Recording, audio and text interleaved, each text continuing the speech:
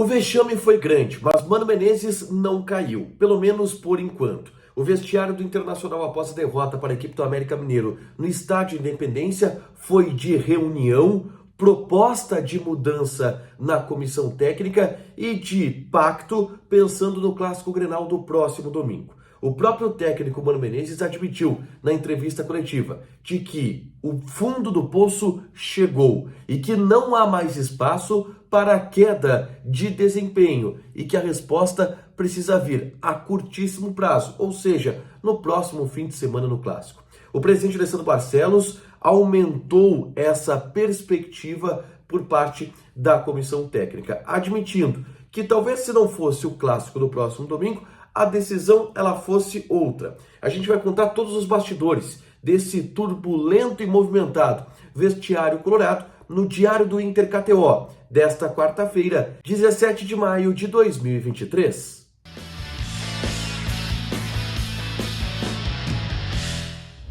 Tudo bem, gente? Obrigado pela participação aqui. Não esquece de deixar teu like, te inscrever, de ativar as notificações. Bora falar do Internacional aqui no A Dupla. Nesse vídeo, um resumo do que de mais importante aconteceu no Noticiário Colorado ao longo desta quarta-feira.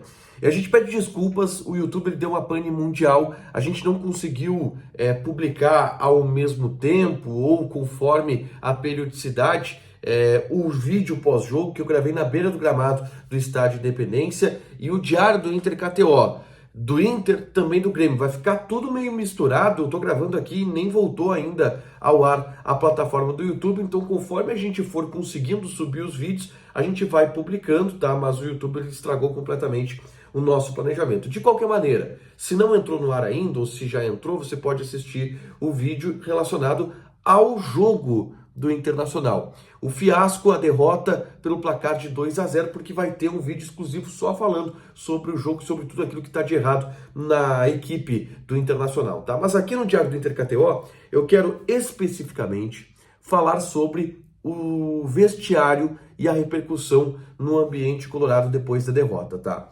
E eu vou relatar tudo aquilo que eu vi e ouvi a 10 metros do vestiário do Internacional, onde muita coisa aconteceu depois do jogo. E muita coisa importante, tá? Houve uma demora muito grande do fim do jogo até a entrevista coletiva do Mano Menezes e as manifestações públicas do Internacional. Demorou 1 hora aproximadamente, tá? Foi uma demora bem grande. Na saída de campo já, os jogadores todos muito irritados, o Mano Menezes muito irritado, e a gente viu que aquela derrota, ela mexeu com todo mundo no sentido de todo mundo entendeu que era o fundo do poço, todo mundo entendeu que era a pior derrota que o Inter sofre nessa temporada e a pior derrota que o Inter sofre, vamos lá, desde o Globo do ano passado, para um time misto, reserva do América Mineiro, que é o lanterna da competição nacional, tá? Então a gente já via isso logo depois que o jogo acabou. A demora veio, tá? A demora veio, ela foi de 1 hora, ela foi de muita conversa, e aí com as entrevistas coletivas a gente soube tudo aquilo que aconteceu no ambiente do vestiário colorado durante estas reuniões e durante essas conversas, tá?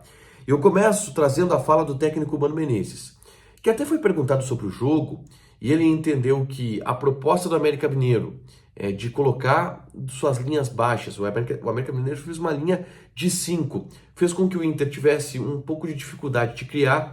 O Mano entendeu que o Inter recuou os meias e não deveria ter feito isso, porque na verdade deveria ter adiantado os meias para jogar entre esse bloco defensivo do América Mineiro. O Inter não conseguiu criar.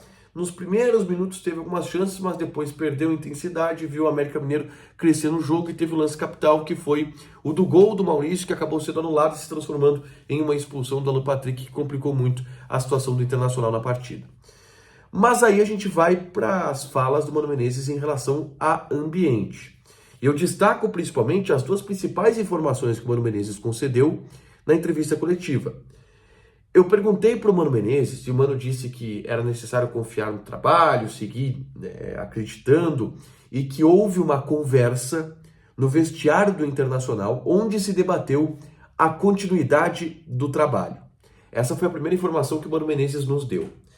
Depois disso, e aí o Mano disse que ouviu do vestiário uma resposta positiva e dos jogadores, do grupo, de mudança de postura, de mudança de mobilização, enfim, eu perguntei pro Mano qual o limite dessa queda de desempenho. O Mano tem muitas experiências de times que ele pediu demissão, de times que ele foi demitido. Até qual é o limite dessa queda de desempenho do Internacional? E o Mano foi claro ao dizer: o limite chegou, o limite é esse. Não há mais espaço para queda de desempenho. E mais, a resposta precisa vir a curtíssimo prazo. O que o Mano se refere quando fala isso? O Grenal do próximo domingo. Então vamos lá, houve uma conversa sobre continuidade do Mano e se definiu que até o Grenal ele vai ficar e que se não der resposta no Grenal ele tá fora. Foi muito claro isso na entrevista do Mano.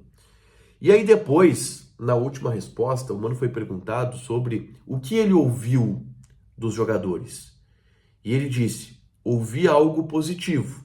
Se não tivesse ouvido algo positivo, não estaria aqui falando como técnico do Inter. E desenhou todo esse cenário de reunião. Houve uma reunião no vestiário do Internacional, se debateu se era hora de trocar o técnico, era hora do Mano sair ou não, se conversou com um grupo de jogadores e se colocou: ó, e aí, tem o Grenal domingo, o que a gente vai fazer? O grupo deu uma resposta e, Mano, tá bom, até o Grenal a gente vai. E o Mano vai até o Grenal. Em um time que tá cambaleante, mas que tem um Grenal no próximo domingo como a última chance de reverter a situação. E isso ficou muito claro na entrevista coletiva do técnico Mano Menezes, tá? Que, obviamente, falou sobre o desempenho ruim da equipe, não houve qualquer tipo de melindre em dizer que o Inter está jogando muito mal e que a crise ela está escancarada no ambiente do Beira-Rio, tá? Depois veio a entrevista coletiva do presidente Alessandro Barcelos, que reforçou toda essa situação em relação ao Mano.